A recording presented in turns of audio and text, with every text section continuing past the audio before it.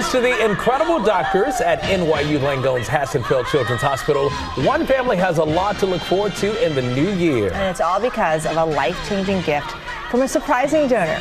Here's their story. Karen and Ron have been married since 2001 and over the last few decades have built a full house with 12 kids in total.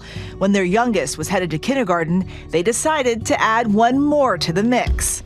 Ezra came to us, he was almost 7 months old, was placed with us, through foster care. We knew he had some medical issues, but we were excited to get started with our fostering journey. A journey that led to adoption and a new member of the family. Ezra's a character. He is a whole lot in a little package. He's funny and charming and witty, sarcastic. He makes friends everywhere he goes. Following a traumatic birth and compromised oxygen to his brain, Ezra's liver also became affected, leading to the start of his medical needs. We had been told that he may need a liver transplant. When we were tasked with trying to recruit a living donor, we went to social media and just tried to get the word out there. Didn't realize that you could be a living donor with your liver. It blew our mind to think that anybody would, this is a really big ask. It wouldn't be long before their big ask was answered by his former daycare educator, Carissa.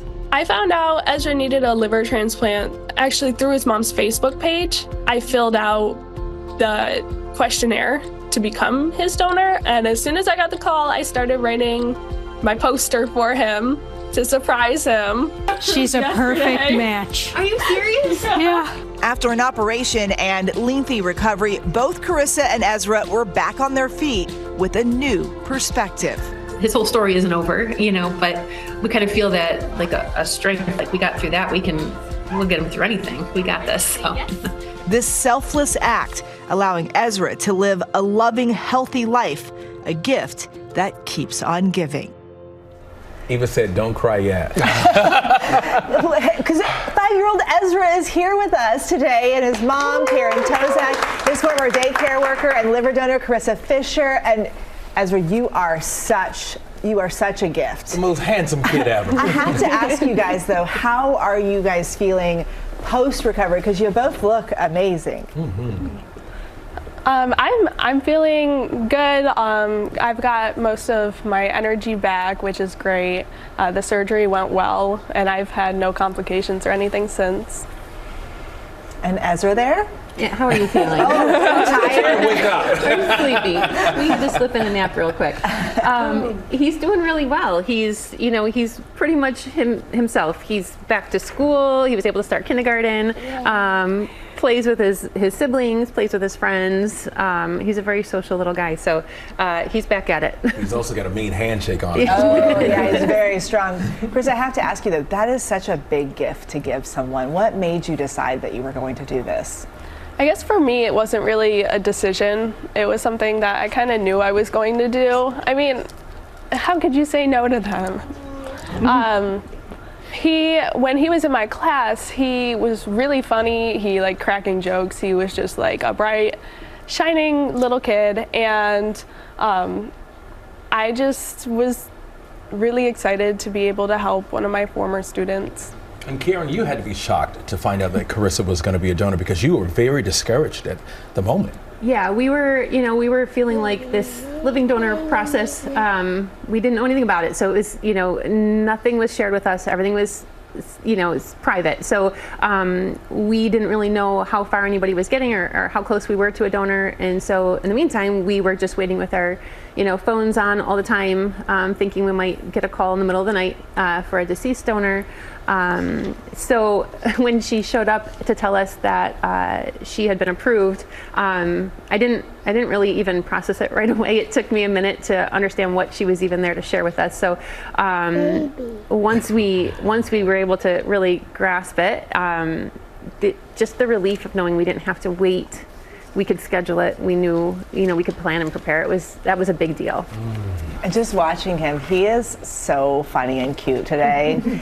You mentioned at some point that you didn't even know a living donor was a possibility. Dr. Darian, walk us through how this happens and what goes on. Many people don't know about it, which is why I'm so happy that this story is brought to us today, because when we talk about donation, we often talk about, as you said, deceased donors. But living donors, especially for livers, is becoming more and more popular as more awareness increases. When you donate your liver, that piece of your liver that you donate has the opportunity to grow and become a normal liver, and that person who's receiving the donation, and also you yourself. The liver is one of the few organs that regenerates. In a few months, your liver regenerates, and it's able to assume its normal and regular function. The things you need to do is get your blood tested. You obviously have to be in good physical health, and then contact your transplant hospital, and then that begins the story. I was about to say, how do you become a donor? How do you become the next Carissa right here? Yeah, Say talking to your providers, and again, your local transplant hospital, especially if a story touches your heart, get your blood tested, and then the rest is history.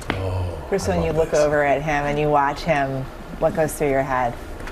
I'm just happy I could give him a second chance. You know, if it were me, I would want someone to do it for me too. Well, you did it. So, Carissa, we'll start with you. What's next for you after recovery, aside from going back to work and watching the Buffalo Bills that you love? I'm just excited to get my energy levels back to where they were before, so I can keep up with my current students at the daycare. I also am in the Air National Guard, so I'm going to start going back to my drill weekends. You've got a lot going on. Karen, for you, I'm curious what you're most excited to see with Ezra as he's recovering. Just excited to see as he continues to, improve and kind of get acclimated to, his new liver. Same with him, energy. He's obviously a little sleepy this morning, but the activity, the playing, the roughhousing, the tumbling with his brothers, taking care of the babies, all the things that he loves to do, just doing it with everything he's got. It's great to see him doing that without having to worry, that something is going to change and we're going to need to worry about a transplant. It's wonderful to have it behind us. Well, you guys are so incredible, and somebody else thinks that your story is incredible. Let's bring out Buffalo Bills legend Thurman Thomas, everybody. Look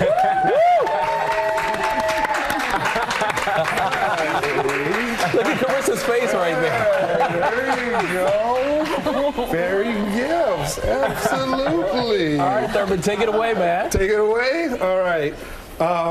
On behalf of the Buffalo Bills and Highmark, we're so touched by your generosity and your selflessness that we wanted to treat you to a very special weekend. So Carissa and Ezra, you will be going to the Bills playoff game this Sunday at Highmark Stadium. All right, Carissa, what do you think? I'm so excited. Oh yeah, and we have one more surprise for you. Carissa, you and a guest will be headed to New Orleans for the Super Bowl number 59 this year. Wow. Thank you for everything that you do, and go Bills. Wow. How are you feeling right now? I think I'm going to cry. That's okay. You can cry. Yes. All right, one more time, Bills everybody, fan. for Carissa, Karen, and Ezra right here. Thank you for sharing your story. And, of course, Thomas, thanks to you for just being here and making this happen. It's Thank you so special. much.